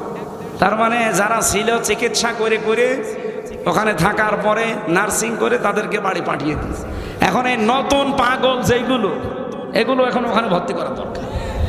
এদেরকে ইনজেকশন দেওয়া দরকার হাই পাওয়ারের, যে পাগল ভালো হয়ে যাবি তারপরে তোরে বাইরে আনে আনো। তাছাড়া এদের দ্বারা বদনাম হয়ে যাচ্ছে। এই জন্য আমাদের চিন্তা নেই দুনিয়ায় ক্ষমতায় কে যাবে না যাবে না। আমরা দেখতে পাচ্ছি আল্লাহর এই আয়াত, আগের চাইতে পরে ভালো। ওয়ালাল আখিরাতু খায়রুল লাকা মিনাল উলা। এটা কি শুধু নবীকে বলেছি? কিয়ামত পর্যন্ত আমরাও আছি। এই কারা কয়রা কারা? পেশাব পায়খানা ছাড়া বাইরে যেতে পারবেন না। আর যদি খুব বেশি নেশা লাগে বিড়ি খাওয়ার জন্য যেতে পারেন।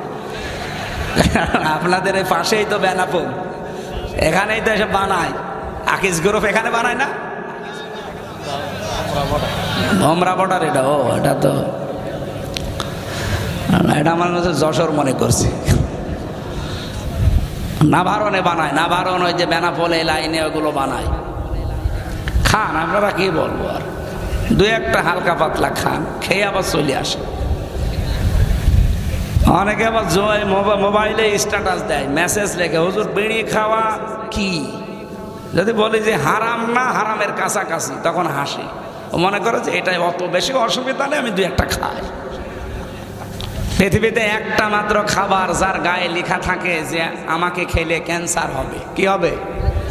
এরপরও অনেকে বিড়ি খায় না। সাতক্ষীরা এসব নেই? এ জেলায়ও বিড়িখোর আছে। কারা কারা বিড়ি খান হাত তোলেন তো দেখি। মুরব্বী একবারে 2 হাত তুলেছে, তার মানে ও ডবল বিড়ি খায়।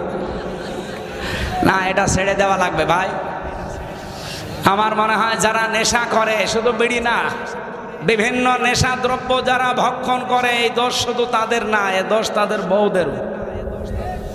ওই যে মেয়ে লোক দাঁড়িয়ে আছে না, ও বউদেরও দোষ আছে। ও থাকতে দেয় কোন কারণে কাছে?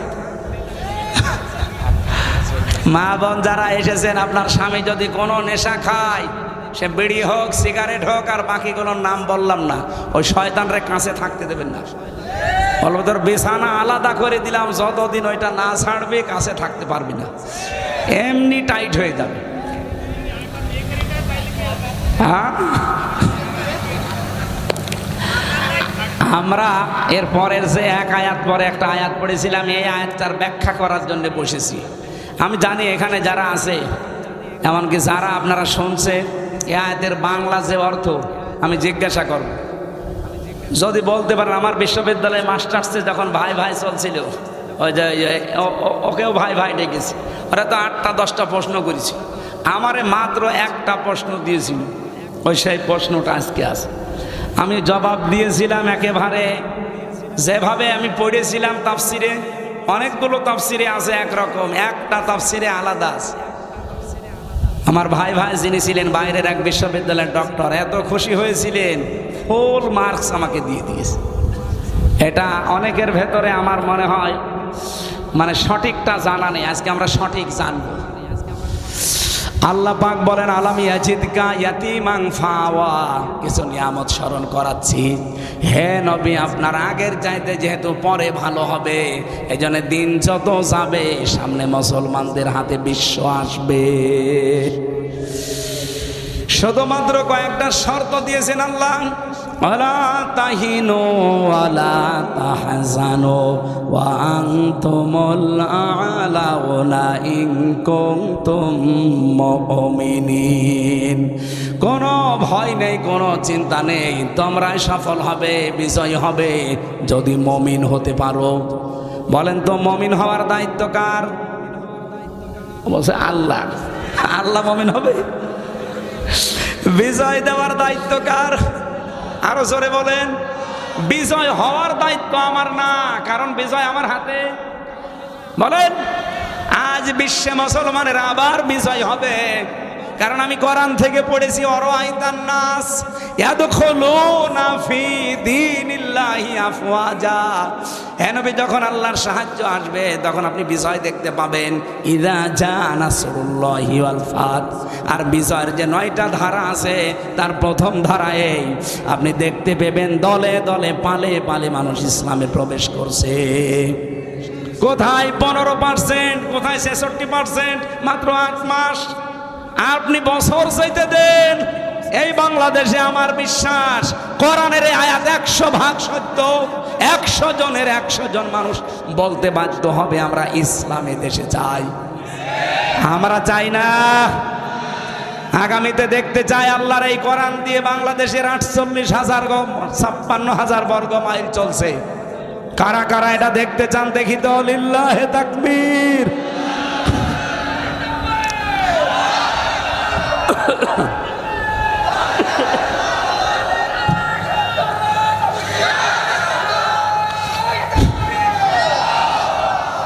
আমার ভাইরা এবার একটু খেয়াল করেন, আল্লাহ নবীজিকে স্মরণ করাচ্ছেন। আপনি যদি বিজয় নিজে অর্জন করতে চান পারবেন না, কারণ বিজয় আপনার হাতে আমি দেইনি। বিজয় কার হাতে? আপনার দায়িত্ব হচ্ছে ইন কুনতুম মুমিনিন, আপনি মুমিন হবেন। এই নির্দেশটা শুধু মুমিন নবীজিকে আল্লাহ দেয়নি, তামাম দুনিয়ার মুসলমানদেরকে আল্লাহ দিয়েছেন। এজন্য আমরা সামনে যদি বিজয় হতে চাই, 1 নম্বরে আমাদের দায়িত্ব হচ্ছে আমরা মুমিন হব। মুমিন কাকে বলে? বাংলাদেশের মানুষের ভেতরে একটা ভ্রান্ত ধারণা, মুমিন মানে বিশাল জুব্বা গায়ে থাকবে, পাগড়ি থাকবে, হাতে তসবিহ থাকবে, দুনিয়ার কোনো খেয়াল থাকবে না, বিশাল বুজুর্গ। কি মুমিন কারা? ঈমান আছে কার? আমাদের এই দেশে শুধু লেবাসে আমরা তাকওয়া খুঁজি, লেবাসে ঈমান খুঁজি। ঈমান তো এই জায়গার ব্যাপার। কি নবীজি জানিয়েছেন, ইদা সাররাতকা হাসানাতুকা ওয়া সাআতকা সাজ্জিয়াতুকা ফাআনতা মুমিন। যখন তোমার ভালো কাজগুলো তোমাকে আনন্দ দেবে আর অন্যায় কাজগুলো তোমাকে কষ্ট দেবে, তখন বুঝবে তোমার ঈমান আছে। এ বাংলাদেশে সবার কাছে ভালো কাজ ভালো লাগে, সবার কাছে অন্যায় কাজ এটা কষ্ট লাগে না, আর অনেকে আনন্দ নিয়ে করে। এই জন্য 1 মাস চলে গেল, তাকওয়ার মাস। তাকওয়াতে কিভাবে আপনি তৈরি করবেন, কোন স্তরে আপনি পৌঁছাবেন তাকওয়ার, এই গুরুত্বপূর্ণ তথ্যটা বলে আমার আয়াতে আমি যেতে চাচ্ছি। তাফসীর থেকে বলছি, বিশ্বনবী জানিয়েছেন তাকওয়ার স্তরগুলো। এই পৃথিবীতে তাকওয়া অর্জনের প্রক্রিয়া পেয়েছি আমি 6টা। 1 নম্বরে আপনাকে হকের অনুসন্ধান করা লাগবে। ভালো করে শুনবেন, আপনি কোন স্তরে আছে আপনি মিলাবেন। শুধু এরকম পাগড়ি মাথায় দিয়ে বসে থাকলে হবে? আপনি কি দেখবেন যে আপনি কোন স্তরে আছেন? 1 নম্বরে আপনাকে হকের অনুসন্ধান করা লাগবে, হক খোঁজ করা লাগবে। আমাদের জাতির পিতা হযরত ইব্রাহিম, তিনি কিন্তু হক খোঁজ করেছিলেন। কি প্রথমে তারকা দেখেছেন, বলেছেন এইটাই আমার রব। যখন ডুবে গেছে বলছেন না। যখন চন্দ্র দেখলেন বললেন এইটা আমার রব। যখন ডুবে গেছে বলছে না। যখন সূর্য দেখলেন বলতে এইটা আমার রব, হাজা আকবার, এটা আমার বড় রব। যখন ওইটাও ডুবে গেছে বলছে না। ইন্নী ওয়াজ্জাহাতু ওয়াজহিয়া লিল্লাযী ফাতারাস সামাওয়াতি ওয়াল আরদা হানিফা ওয়া মা আনা মিনাল মুশরিকিন। আমার চেহারা আমি ঘুরিয়ে দিলাম ওই রবের দিকে, যিনি আসমান আর জমিনের উদ্ভাবক। আমি মানুষ দেখানোর জন্য ঘুরি নাই, আন্দাজেও ঘুরি নাই, ঘুরেছি হানিফা, একনিষ্ঠভাবে। ওয়া মা আনা মিনাল মুশরিকিন, আর আমি মুশরিক না। জোরে বলেন সুবহানাল্লাহ। বাংলার সাতক্ষীরার মুসলমানেরা, আমাদের জাতির পিতা ইব্রাহিম নবী তিনি হক অনুসন্ধান করে খুঁজে খুঁজে পেয়েছিলেন। আর আমাদেরকে দেশের আলেমরা চোখে আঙ্গুল দিয়ে হক দেখিয়ে দিলেও আমরা মানতে চাই না। বলেন, তাহলে আপনি হক অনুসন্ধান করেন। আপনি প্রক্রিয়ার 1 নম্বরে আছেন, 2 নম্বর পেয়েছি। হক পেয়ে গেলে আপনাকে কবুল করা লাগবে। এটা আজ আমাদের ভেতরে নেই, শুধু দলীয় চিন্তায় থাকি, এই যে আমার দলের লোক নাকি দেখি। হক কথা, হক বিষয় যদি কোনো জায়গায় পেয়ে যান, আপনার বিবেক যদি সায় দেয় যে না এটা হক, মাস্ট বি আপনাকে কবুল করা লাগবে। 3 নম্বরে এটা হকের প্রচার করা লাগবে। এবার 4 নম্বরে হকের উপরে দৃঢ় থাকা লাগবে। 5 নম্বরে হক কায়েম করার জন্য সর্বাত্মক চেষ্টা করা লাগবে। 6 নম্বরে হক কায়েম হলে হককে টিকিয়ে রাখার জন্য সাহায্য করা লাগবে। আপনি বলেন তো এই 6টা স্তরের কোন স্তরে আছেন? আপনি না হক অনুসন্ধান করেন, না হক কবুল করেন, না হককে আপনি প্রতিষ্ঠা করার জন্য চেষ্টা করেন, না হকের ওপরে টিকে থাকার জন্য আপনার কোনো পরিশ্রম আছে, না হক কায়েম হলে আপনি সাহায্য করার জন্য কাজ করেন। কি করেন আপনি? এই জন্য নিজের দিকে তাকে একটু আফসোস নিয়ে আসেন ভেতরে। তাছাড়া আপনি তাকওয়ার কোনো পর্যায়ে থাকতে পারবেন না।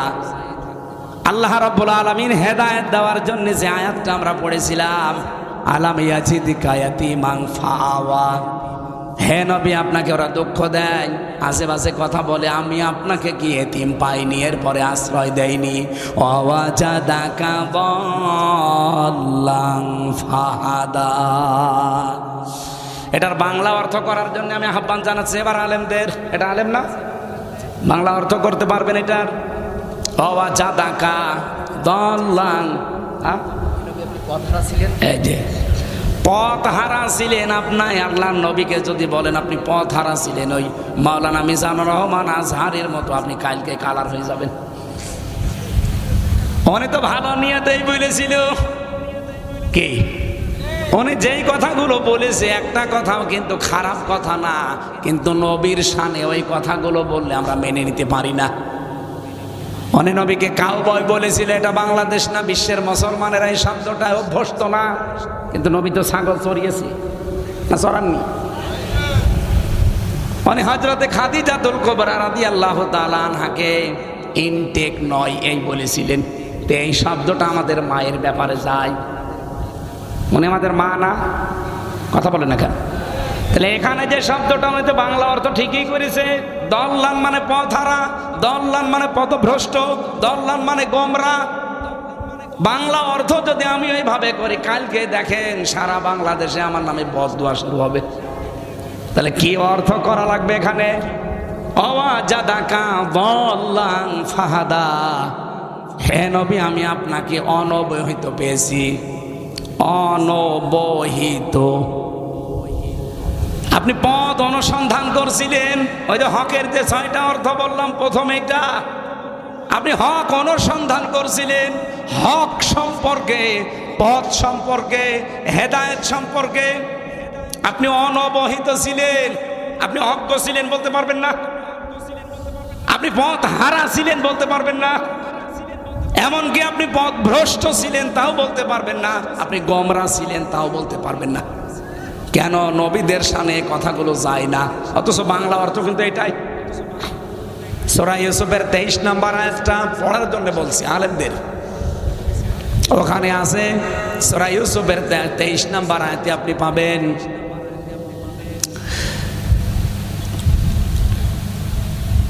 ইন্নাহু লা ইউফলিহুজ যালিমুন ওয়া লাকাদ হাম্মাত বিহি ওয়া হাম্মা বিহা। বিহি আর বিহা একটা পুরুষ একটা মহিলা। এর বাংলা অর্থ যদি আমি শাব্দিক দেখে দেখে করি, দেখেন তো আপনার মনে কি বলে। আল্লাহ বলেন জেনা করার জন্য জুলাইখা যেমন রাজি, ইউসুফও রাজি। এই না মানে কোন হুজুর নিয়ে আসবেন, নিয়ে আসেন, বাংলা অর্থ আপনি বের করে দেন।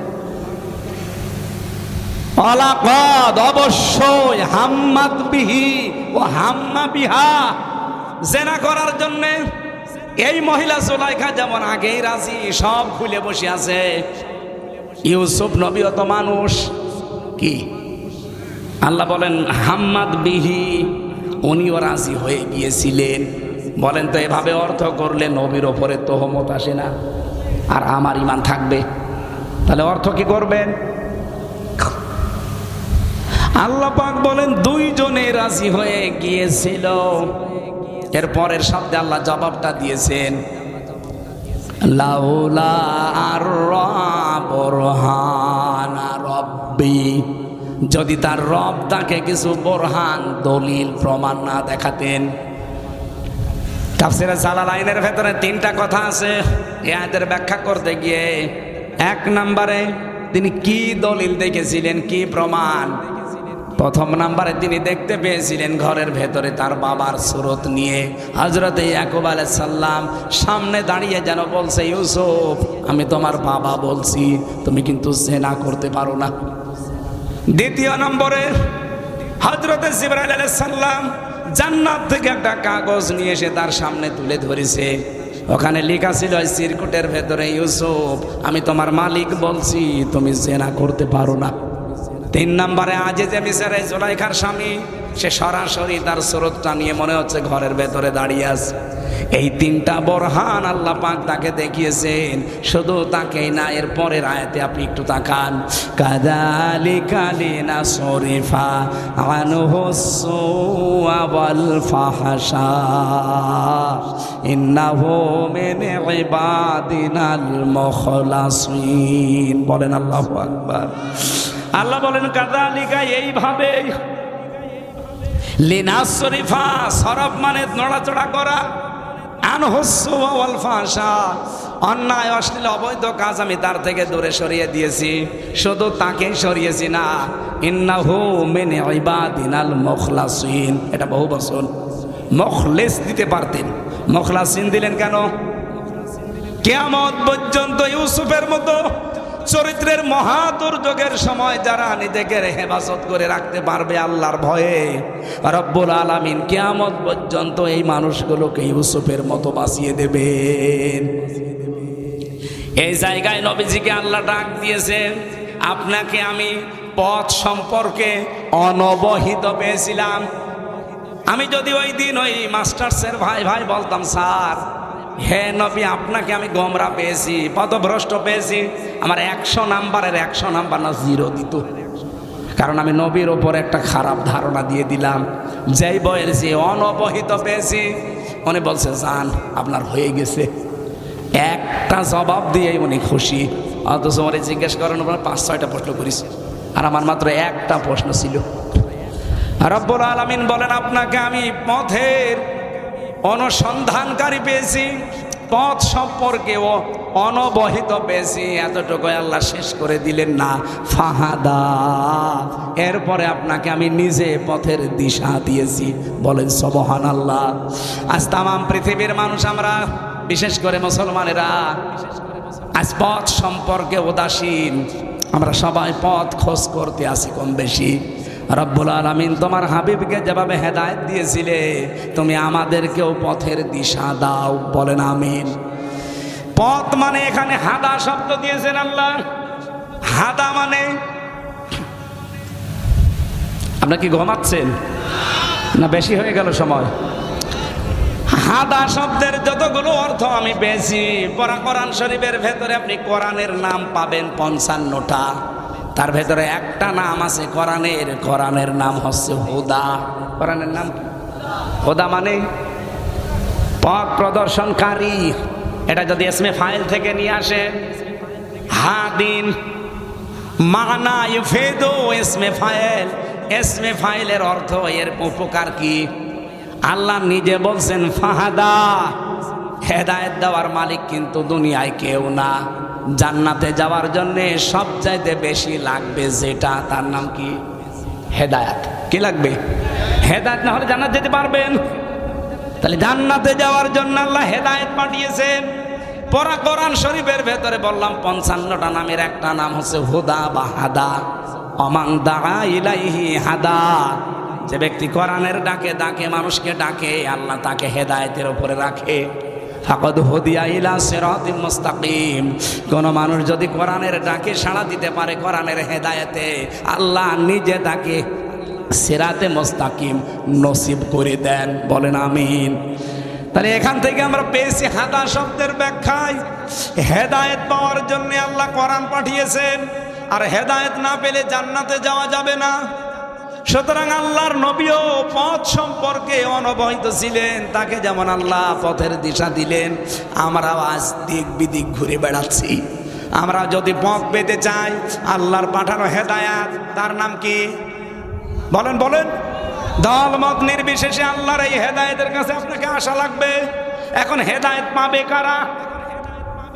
আমি আজকে দুপুরে আমার যশোরে আলোচনা ছিল, হেদায়েত পাবে কারা? 5 প্রকার মানুষের কথা পেয়েছি। ওটা সূরা বালাদের 11 নাম্বার থেকে 18 নাম্বার আয়াত পর্যন্ত আপনি ব্যাখ্যা বাড়িয়ে দেখবেন।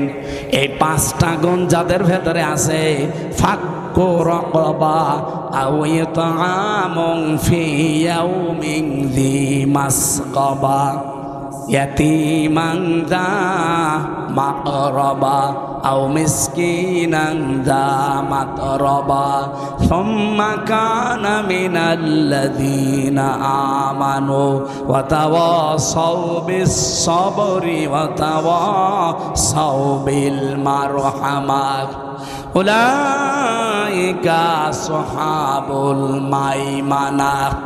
লম্বা করে দলিলগুলো বলা যাচ্ছে না, অনেক রাত হয়ে যাচ্ছে।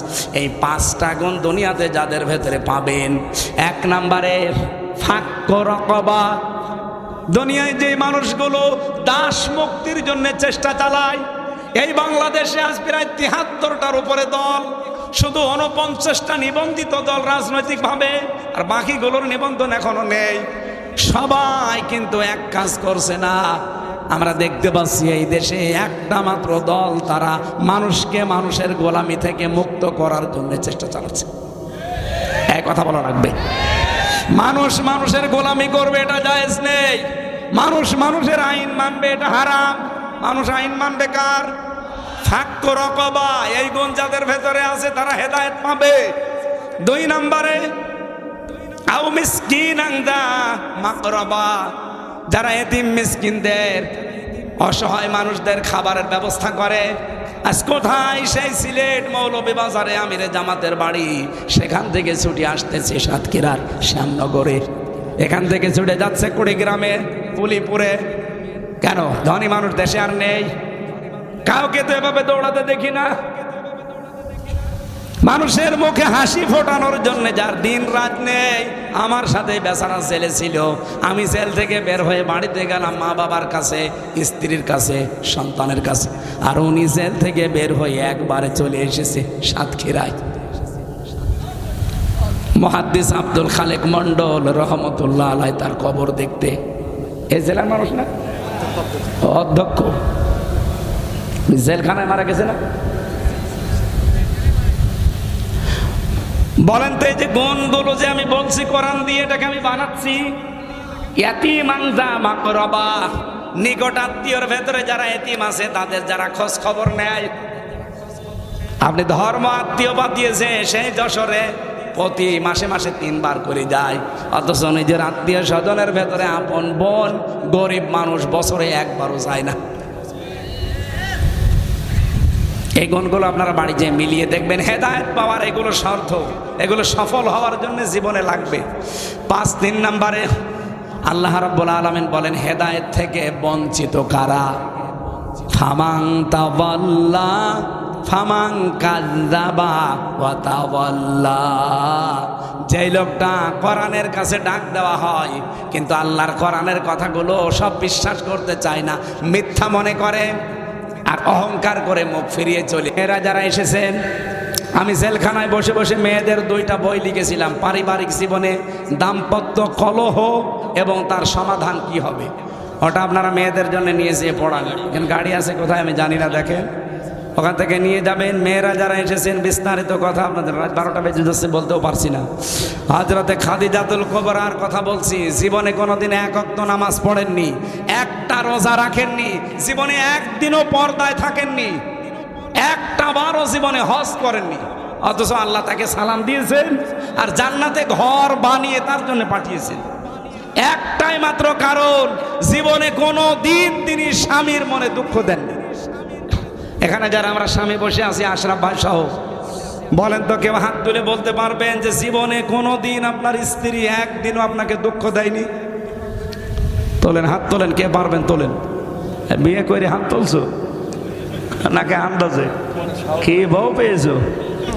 ওকে বউ নাকি রসনের স্বাদ? না যাক, এতগুলো মানুষের ভেতরে স্টেজে এত বড় বড় হুজুর নাকি বিয়ে করেনি, এও হাত তুলতে পারেনি, তার মানে ওর বউ একে দুঃখ দিয়েছে। কেউ আমরা পারলাম না, সাথে আমিও পারি না, কারণ আমি মিথ্যা কথা বলবো কেন? আমি দুঃখ পেয়েছি এই জন্য তুলতে পারিনি, ও পাইনি। এই একটা মানুষ গো, এদিকে আসে, আজকে বিয়ে করিস না ভাই, আমি হাসির জন্য বলছি না। মা বোনেরা যারা আছে, আপনি নামাজ পড়েন, রোজা রাখেন, আর মনে করেন কালো বোরকা পরে আমি জান্নাত যাবো না, যাবে কে? কে বলেছে? খাদিজাতুল কুবরার দিকে তাকান, জীবনে এক ওয়াক্ত নামাজও পড়েন, রোজাও রাখেননি, জীবনে একদিনও পর্দায় থাকেননি, কারণ এই বিধানগুলো নাযিল হয়েছে সব তার ইন্তেকালের পর, এই জন্য উনি করতে পারেননি। কিন্তু জীবনে কোনোদিন স্বামীর মনে একদিনও দুঃখ দেননি, সব উজাড় করে দিয়েছিলেন, দেহ মন সম্পদ সব। এই জন্য আল্লাহ খুশি হয়ে তাকে সালাম দিয়েছে, আর জান্নাতে ঘর বানিয়ে তার জন্য পাঠিয়েছে। আজকে সাতক্ষীরার মেয়ে সহ যারা এটা শুনতে পাচ্ছে, মেয়েদেরকে আল্লাহ খাদিজাতুল কুবরার মতো বানিয়ে দেন, বলেন আমিন। তার জন্য হয়তো অত বড় সুসংবাদ আসবে না, কিন্তু খাদিজার মতো আল্লাহ পাশাপাশি একটা জান্নাত যেন তাকেও বানান, যারা এর মতো বউ পেয়েছে। আল্লাহর এই ওলি এখানে দাঁড়িয়ে মানুষকে দেখান যে হ্যাঁ, আল্লাহুম্মা আমিন। লা ইলাহা ইল্লা আনতা সুবহানাক ইন্নী কুনতু মিনাজ জালিমিন। রব্বুল আলামিন, সাতক্ষীরা জেলার ভমরা এলাকার দিকে তাকাও। বাংলাদেশ ভারতের বহু মুসলমানেরা তোমার কোরআনের কথাগুলো আজকে চাতক পাখির মতো বসে শুনছিল। আল্লাহ তাআলা যতটুকু যোগ্যতা আমাকে তুমি ভিক্ষা দিয়েছো, আমি চেষ্টা চালিয়েছি ডেলিভারি দেওয়ার। এরা যাই শুনেছে প্রত্যেককেই তুমি আমাদের আমল করার তৌফিক দাও। এ বিশাল আয়োজনে তোমার যে বান্দা জনাব আব্দুস সবুর ভাই সহ এলাকার মানুষকে সাথে নিয়ে জান্নাতের বাগান সাজিয়েছে, আল্লাহ তাআলা কিয়ামত পর্যন্ত তুমি এ বাগানটা কবুল করে নাও। যে মাদ্রাসা এতিমখানার উদ্যোগে আজকের এই আয়োজন, এখানে যারা লেখাপড়া করে এদের সে মেধা স্মৃতি খুলে দাও। এই ভমরা এলাকায় যারা ব্যবসা বাণিজ্য করে, আল্লাহ এদের ব্যবসা বাণিজ্যে বরকত দাও। যারা বসবাস করে, আল্লাহ তুমি এদের জীবনের অপরাধগুলো মাফ করো, এদের অভাবগুলো তুমি দূর করে দাও। জনাব আব্দুস সবুর ভাইয়ের বাড়িতে এসেছিলাম, আল্লাহ বাড়ির উপরে তোমার রহমত নাজিল করো। তার মা বাবা, বিশেষ করে সভাপতি তার বাবা, তাকে কবুল করে নাও। তার মা, তার স্ত্রী, সন্তান যেগুলো দিয়েছো সহি সালামতে রাখো আল্লাহ। তার জামাইটাকেও কবুল করো। আজকের মাহফিলে যারা আলোচনা রেখেছেন বন্ধুবর মাওলানা আশরাফুজ্জামানকে মঞ্জুর করো, মাওলানা হুসাইন মাহফুজকে কবুল করো, নাজমুস সাকিব ভাই সহ সাইফুল ইসলাম সহ যত আলেম এসেছে আলেমদেরকে আলেম হিসাবে মেনে নাও। ফিলিস্তিনের মুসলমানদের জন্য আল্লাহ তুমি হামে ও নাসির হয়ে যাও। পৃথিবীর মানচিত্র থেকে ইসরায়েলকে তুমি হালাক করে দাও। বাংলাদেশটা তুমি কোরআনের হাতে তুলে দাও। চর্ম চোখে যেন দেখতে পারি 56,000 বর্গ মাইল বাংলাদেশ কোরআন দিয়ে চলছে। যত ষড়যন্ত্র আছে সব তুমি নস্যাৎ করে দাও। সম্মানিতা মা বোনদেরকে খাদিজার মতো, আয়েশার মতো বানিয়ে দাও। এদের পেটে তুমি হযরতে হাসান হোসাইন ফাতেমার মতো সন্তান দান করো। পারিবারিক জীবনে যারা আমরা অশান্তিতে আছি, মেহেরবানি করে আমাদের শান্তি দাও। রব্বানা আতিনা ফিদ দুনিয়া হাসানা ওয়া ফিল আখিরাতি হাসানা ওয়া কিনা আযাবান নার।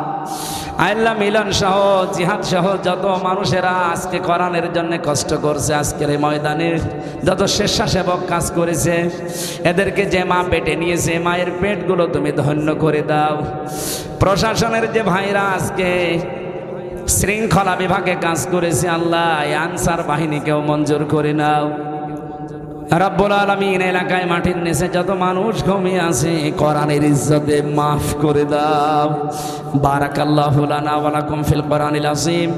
মরণ আসলেই যেন জবানে জারি হয়ে যায় লা ইলাহা ইল্লাল্লাহু মুহাম্মাদুর রাসূলুল্লাহ। আসসালামু আলাইকুম।